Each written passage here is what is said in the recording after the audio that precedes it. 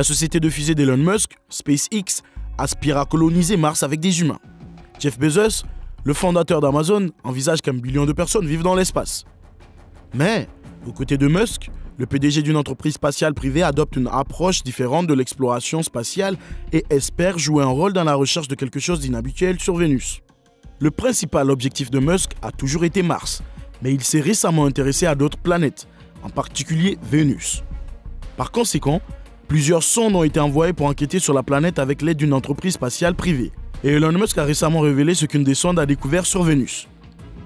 Qu'a découvert la sonde? Pourrait-il y avoir de la vie sur cette planète? Rejoignez-nous pour savoir pourquoi Elon Musk a divulgué ce que la sonde a découvert sur Vénus. Si la Terre a une jumelle dans le système solaire, c'est bien Vénus. La masse de Vénus est d'environ 0,81 de celle de la Terre. Sa taille est à peu près la même. Son rayon est de 6052 km, celui de la Terre est de 6378 km. Comme leur masse et leur taille sont si comparables, cela signifie qu'elles ont à peu près la même densité et donc la même composition. Cependant, à d'autres égards, elles ne pourraient pas être plus différentes. Vénus a une température de surface de près de 482 degrés Celsius, 900 degrés Fahrenheit, et la pression de son atmosphère de dioxyde de carbone est 95 fois supérieure à celle de l'atmosphère terrestre. Ces nuages sont constitués d'acide sulfurique et la surface de Vénus est un terrain vague inhospitalier. Une grande partie de l'intérêt porté à Vénus se concentre sur la façon dont deux planètes si semblables peuvent être si différentes. Par exemple, il faut plus de temps à Vénus pour effectuer une rotation sur son axe que pour effectuer une orbite autour du Soleil.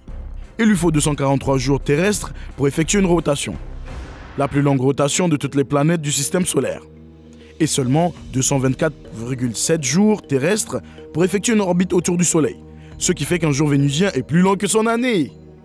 Avant la collaboration d'Elon Musk avec l'entreprise spatiale privée basée en Nouvelle-Zélande, l'ancienne Union soviétique avait tenté d'explorer Vénus. Ainsi, à l'aube de l'ère spatiale, elle a développé et construit de nombreux vaisseaux spatiaux pour étudier l'atmosphère vénusienne. Ce programme était connu sous le nom de Mission Venera. Les missions Venera de l'Union soviétique ont été lancées entre 1961 et 1983 pour étudier Vénus. Mais seuls 13 des 26 vaisseaux spatiaux lancés ont atteint l'atmosphère vénusienne et 8 se sont posés avec succès à la surface. Malgré plusieurs tentatives infructueuses, la première sonde à réussir à se poser sur Vénus et à renvoyer des données à sa surface fut Venera 7. Atterrie en décembre 1970, Venera 7 était conçue pour pénétrer dans l'atmosphère de la planète avant de déployer un parachute pour atténuer sa descente vers la surface. Malheureusement, le parachute s'est rompu et a lâché pendant la descente, laissant Venera 7 tomber librement pendant 29 minutes avant de s'écraser avec un bruit sourd sur la plaine vénusienne. La sonde de l'Union soviétique a semblé cesser d'envoyer des signaux pendant que les scientifiques la suivaient. Mais lorsque les scientifiques ont ensuite étudié les signaux radio enregistrés, ils ont découvert que la sonde avait survécu à la descente et avait continué à émettre un faible signal pendant 23 minutes supplémentaires. Les scientifiques supposent que le faible signal a été causé par l'atterrissage du vaisseau sur le côté, ce qui a fait que l'antenne a cessé de pointer vers la Terre. L'atterrisseur, malgré les circonstances dans lesquelles il s'est trouvé, a mesuré une température de surface de près de 90 degrés Fahrenheit ou, pour le dire autrement, presque la même que la température à l'intérieur d'un four en briques. En outre, alors que le vaisseau spatial s'approchait de la surface de Vénus, son capteur de pression est tombé en panne, ce qui a permis aux chercheurs d'obtenir une pression de surface estimée à environ 92 bars. Une pression que l'on ne peut ressentir sur Terre que si l'on est immergé dans un demi-mille d'eau. L'Union soviétique n'a cependant jamais renoncé à étudier Vénus, puisque Venera 9 et 10 se sont posés à la surface de la planète 5 ans plus tard et ont pris un panorama à 180 degrés de la surface de la planète. Ted Strick a développé une vue artistique de Vénus en utilisant les images du panorama de l'atterrisseur pour représenter ce à quoi la planète ressemblerait si un astronaute se tenait à sa surface. La vue a été construite en ajustant les photographies individuelles du panorama pour représenter la surface sous un angle plus naturel, en échantillonnant chaque image à différentes distances de l'atterrisseur, puis en utilisant les données de l'image pour combler les lacunes laissées par ce processus. Bien que les objets de la photographie soient naturels, la disposition ne l'est pas. Cependant, afin d'observer davantage les propriétés de cette planète, l'Union soviétique a continué à développer d'autres sondes spatiales, et Venera 14 a fourni exactement ce dont elle avait besoin. En mars 1982, l'atterrisseur soviétique Venera 14 a été parachuté et freiné par air pour traverser l'épaisse atmosphère vénusienne. Il a également photographié son environnement qui comprenait des rochers plats, un ciel sans relief près de Phoebe Radio, près de l'équateur de Vénus, et une énorme portion de paysage vide. Le pénétromètre du vaisseau spatial est visible en bas à gauche alors qu'il prend des mesures scientifiques, et l'objet brillant à droite fait partie d'un capuchon de lentilles éjecté. Le solide vaisseau spatial Venera a fonctionné pendant près d'une heure après avoir enduré des températures de 400 degrés Celsius et des pressions de 75 fois supérieures à celles de la Terre. Bien que les données de l'engin spatial Venera 14 aient été transmises à travers le système solaire interne il y a environ 40 ans, les photographies et le traitement numérique de l'engin sont encore réalisés aujourd'hui. Une nouvelle analyse des mesures infrarouges acquises par la sonde Venus Express de l'ESA en orbite révèle que des volcans actifs pourraient exister sur la planète. Alors qu'Elon Musk et l'équipe néo-zélandaise poursuivaient leur mission, ces hypothèses concernant les volcans sur la planète se sont avérées exactes. Selon des études et des observations sur l'atmosphère vénusienne, Vénus est la planète qui compte le plus de volcans dans tout le système solaire. Il y a beaucoup plus de volcans non identifiés parmi les 1600 volcans significatifs trouvés autour de la planète. Une grande partie de la planète est couverte de dépôts volcaniques vieux d'environ 200 millions d'années. Et l'activité volcanique a joué un rôle important dans l'histoire de la planète. Les scientifiques discutent toujours de la question de savoir s'il existe encore des volcans actifs pour diverses raisons. Mais en raison de l'épaisse atmosphère de la planète, les scientifiques ont dû se fier au radar du vaisseau spatial Magellan de la NASA. Pour tenter d'en savoir plus sur le gisement volcanique, les scientifiques de l'Union soviétique ont mis au point une nouvelle méthodologie qui pourrait aider à percer les secrets de l'activité volcanique de Vénus. La méthode combine les cartes géologiques des coulées de lave refroidies lors de précédentes éruptions avec les données radar de la mission Magellan. Elle est basée sur les mesures d'émissivité radar qui mesurent la façon dont la surface de la planète interagit avec le rayonnement micro-ondes et l'émet. Plusieurs sections de la surface de Vénus ont montré différents types d'émittances qui correspondent à des caractéristiques variées des roches, révélant des informations sur leur genèse. En outre, une nouvelle étude suggère que l'émissivité radar peut être utilisée pour déterminer le degré d'altération chimique subi par les coulées de lave après leur éruption et leur contact avec l'atmosphère vénusienne. Comme cette altération prend des semaines ou des mois, l'émissivité pourrait aider à identifier les nouvelles coulées de lave.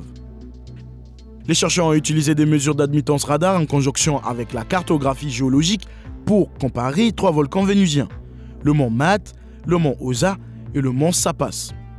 D'après ces observations, il semble que le Mat-mont et quelques coulées de lave de la planète ne soient pas aussi vieux qu'on le pensait. La même approche pourrait être appliquée aux nouvelles données de Magellan pour explorer davantage les volcans de Vénus. La méthodologie pourrait également être requise pour les futures missions sur Vénus, telles que les missions Vision de l'ESA et la mission de topographie et de spectroscopie NSAR sur l'émissivité de Vénus de la NASA, qui fournira des observations de l'émissivité radar à plus haute résolution. D'autres recherches ont toutefois été entreprises sous la direction d'Elon Musk. Les scientifiques et les chercheurs ont utilisé cette méthodologie pour examiner un pic volcanique vénusien d'environ 2,5 km de haut et 200 km de large. Il se trouve dans une région du sud de Vénus, connue pour son abondance de volcans dans les hautes terres. D'après les résultats de la recherche, il semble que le volcan ait connu une activité récente. Une étude antérieure a révélé que la planète présente moins de cratères dû à des impacts cosmiques que ce à quoi on pourrait s'attendre en se basant sur le nombre de cratères observés sur d'autres planètes rocheuses du système solaire. D'après ce que les scientifiques ont découvert avec la sonde soviétique, la lave de ces volcans actifs pourrait contribuer à maintenir la surface de Vénus propre. Une meilleure compréhension de l'activité volcanique de Vénus pourrait permettre de mieux comprendre la récente découverte de phosphine gazeuse, dont certains experts ont étrangement supposé qu'elle pourrait être liée à la vie sur cette planète infernale. La présence de phosphine dans l'atmosphère de Vénus pourrait être liée à un événement volcanique récent ou en cours sur la planète. Pour cette raison, il est essentiel de localiser les zones de Vénus qui contiennent des matériaux volcaniques potentiellement actifs. Suite à la découverte du gaz phosphine, une mission financée par des fonds privés a été mise sur pied pour examiner l'atmosphère de Vénus. L'objectif de cette mission, financée par Elon Musk, est de déterminer si la planète contient effectivement de la phosphine et si elle est capable d'accueillir la vie. Malgré le fait qu'il s'agisse d'une mission sponsorisée par le secteur privé, Musk n'est pas le seul à en avoir la charge. Des chercheurs du Massachusetts Institute of Technology dirigent également l'effort. La Breakthrough Foundation, en partenariat avec la fondation Elon Musk et SpaceX, finance l'initiative. La scientifique américaine d'origine juive Sarah Seeger faisant l'office de chercheuse principale. L'émission Venus Life Finder serait une série d'expériences basées sur une sonde envoyée sur Vénus pour déterminer si la planète abrite des formes de vie. Cette idée est née lorsqu'une équipe de scientifiques dirigée par Seeger a découvert du gaz phosphine dans l'atmosphère de Vénus. Ce type de gaz n'est pas de la vie car il s'agit simplement d'un gaz, mais la phosphine est créée par des bactéries anaérobies qui vivent dans des environnements où il y a un manque d'oxygène. Cette découverte a enthousiasmé certains car il prouvait que la vie, même bactérienne, existait sur un autre monde. Mais, étant donné la chaleur torride de la planète et les conditions généralement défavorables, comment cela est-il possible? Tout le monde sait que la surface de Vénus n'est pas propice à la vie. Mais la couche de nuages située à environ 50 km au-dessus de la surface l'est. Elle est similaire à la basse atmosphère de la Terre et pourrait hypothétiquement accueillir une vie microbienne. Toutefois, cette idée suscite encore un certain sceptisme, car une nouvelle vérification des données a conduit certains scientifiques à penser que la théorie a été mal comprise et que les molécules pourraient être du dioxyde de soufre, un gaz abondant dans les nuages vénusiens. En science, les chercheurs doivent être certains d'un phénomène avant d'agir. C'est pourquoi il était nécessaire d'envoyer une sonde pour prélever des échantillons dans les nuages. L'expédition ne peut être réalisée à l'échelle interstellaire, mais dans le cas de Vénus, plus proche de la Terre, la mission semble plus prometteuse. Le lancement de la première mission est prévu cette année sur une fusée Electron développée par la société californienne Rocket Lab en partenariat avec l'agence spatiale privée d'Elon Musk. Cette fusée permettrait de lancer la sonde pour un voyage de 5 mois pendant seulement 3 minutes à travers les nuages. Pour obtenir les meilleurs résultats, la sonde serait équipée d'un instrument laser spécialement conçu pour identifier la chimie complexe des nuages. Et si des impuretés ou de la fluorescence sont découvertes, cela indiquerait que l'atmosphère de Vénus est plus riche que ce que nous savons actuellement. Que pensez-vous de la mission d'étude de l'atmosphère de Vénus? Partagez vos opinions dans la section des commentaires ci-dessous.